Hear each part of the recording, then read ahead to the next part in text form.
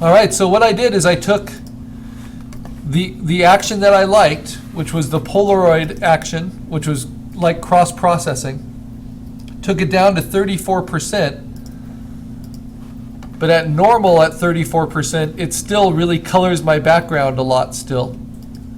And I like this clean, bright background from what I had underneath, which is a combination of another action.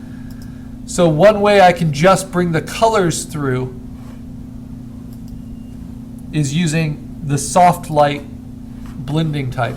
And you'll see the difference it makes. It kind of brings all those golds and greens back into my object without affecting very strongly the colors around it.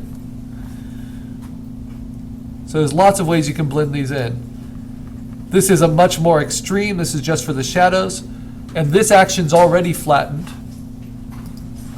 So it won't allow me to flatten the image, but I just take it, Command A to select all, Command C to copy, Command V to paste it on, and then I can decide how much I want it. I do like how that kind of deadens the space a little bit. It takes the warmth off.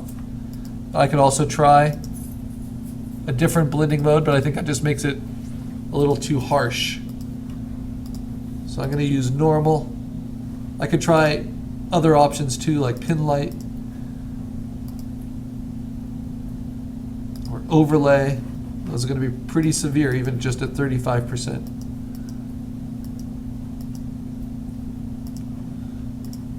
Or just normal, and just make it really subtle until I'm happy with it. And I can close this, don't need it anymore.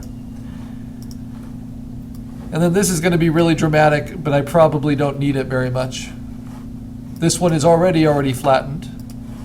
It just depends on what action it is. Select all, copy, paste. Huge difference there, but I can blend it in and maybe I want a little bit of that. So how can you tell? Well, let me look at my favorite detail. You know, this area here, everything that's in focus. If I have it at 100%, it looks like that. Very rough. And that's too much. But if it's at 0, now that all looks kind of soft to me.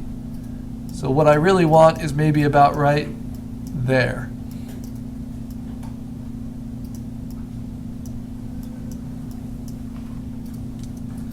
And maybe I think that's my most effective shot. So this was after I finished my PSD. I have a TIFF where I went through all these different little steps, starting with my PSD, refining it, cleaning it up, making strong creative decisions about how I want it to communicate. And now when I go back through it, I think I'm relying too much on that last step. I'm going to take that back down.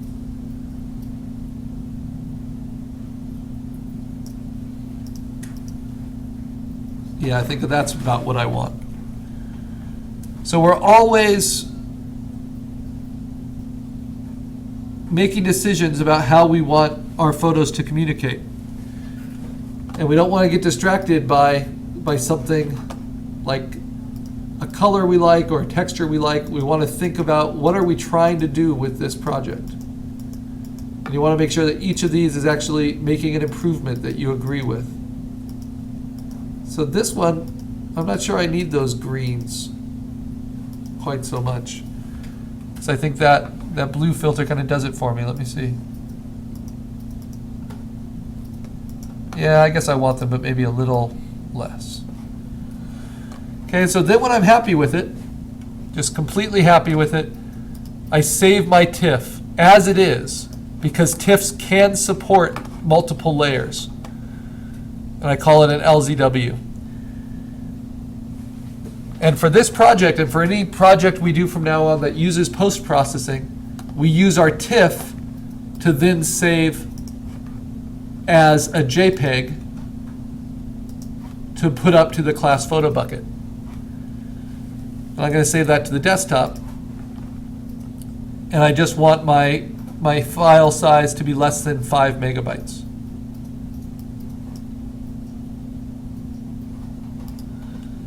Right? and then I'll submit that as my final project. But I'm not done, because we need to submit 3 things for this project. So one is the final JPEG, which I'll mark with orange. And then the other folders we need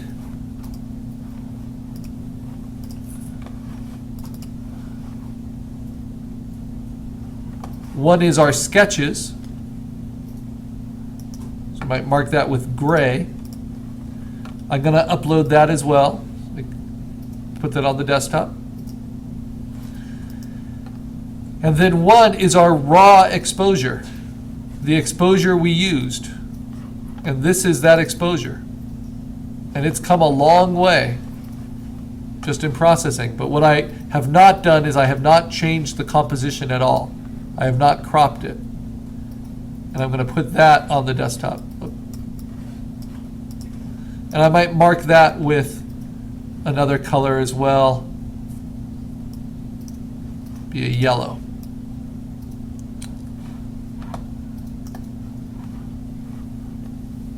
Now, if you don't have your original exposure from your memory card, you can always open up your PSD file. And if you're making duplicates, like I suggested, you just go to your original exposure. But what a difference just in the PSD file. And then what a difference again to our finished TIFF. Okay, now I have those files. I'll put them in the order I want you to submit them. Sketches, raw exposure, finished exposure.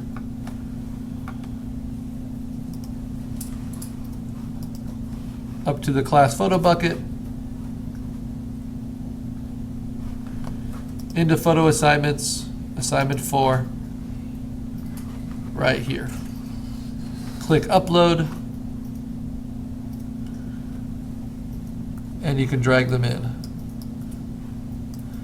I like doing it that way with this upload button once you're in the right folder, because then it forces you, or gives you the opportunity, reminds you to title them before anything else. So this will be Carl 1, this will be Carl 2, and this will be Carl 3.